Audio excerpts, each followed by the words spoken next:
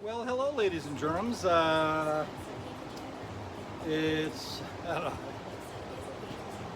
know, third of July. That's good Lord, that's so sad, ain't it? But very cool. I did a video earlier of me taking the carbs out of the ultrasonic and putting them back together, and and then mounting them in the bike. But I I fat fingered it and deleted it by mistake. So unfortunately, I don't have that to show you. So this is the 77 KZ7. I wish it was 70. KZ 400. I think it's an N3 or an N2. So yeah, I pushed everything together and got the balls full. And I mean, when I say it fired right off, it was like I had never shut it off. So I'll give you a little thing. And what's good about this is I wasn't going to go any further with any restoration on the motorcycle until I knew I had a viable motor. If it was a clicker or a knocker, then the bike would have got put back together as is and sold as a parts bike. I mean, I paid $50 for the bike, and so take old man glasses on. So there's not a lot of cushion in there to put a bunch of money into the bike. But check this out. Click. Ready? That's how it started after I sold the ball.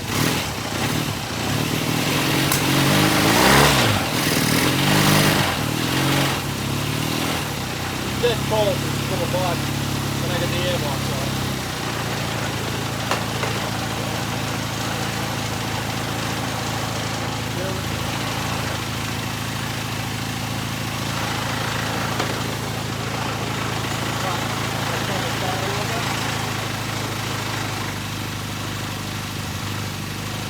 I mean, it could not run any smoother. Of course, it's on the bench, it's not under load. I haven't done the fuel screws, and I think I mentioned in other videos. Let me shut this off.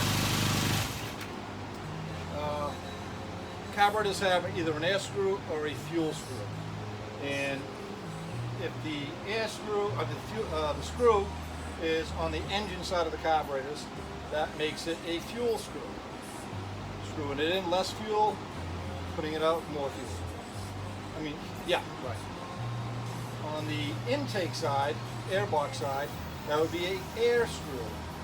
The more you open it, the more air you get. The more you screw it in, the less air you get.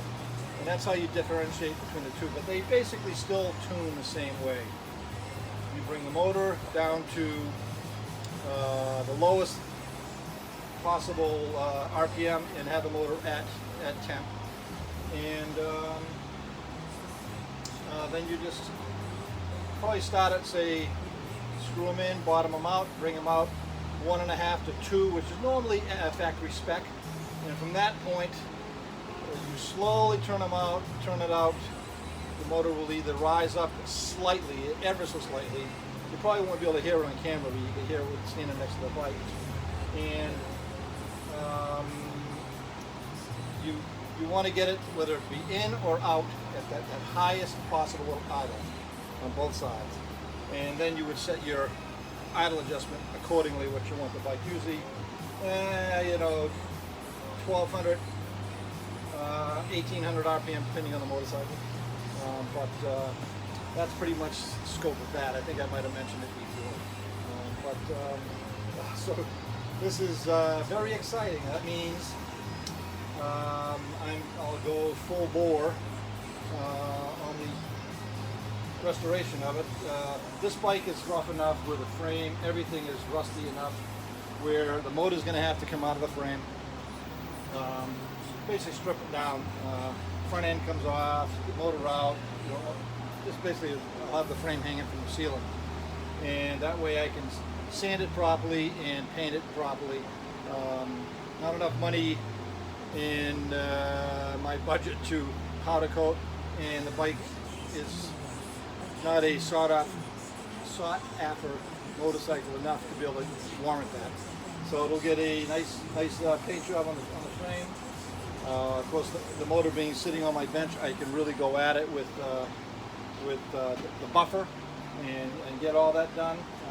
Certain cases that I can take off, I'll be able to put in my vapor blaster, and I'll use industrial grade baking soda, and so that way it doesn't etch it, but boy, it looks nice. So yeah, you know, all this stuff is just kind of hanging in here. I just got wires hanging off of everything, and I'll start my rebuild or restoration, I should say. So very cool, very exciting. That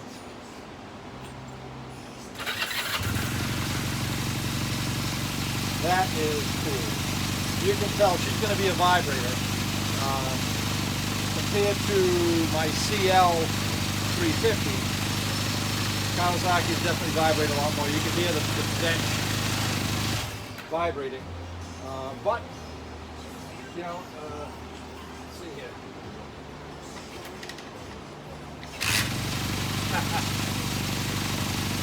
Very cool. So, anyway, that's my story. So, thank you very much, and I will be uploading some more stuff as I go.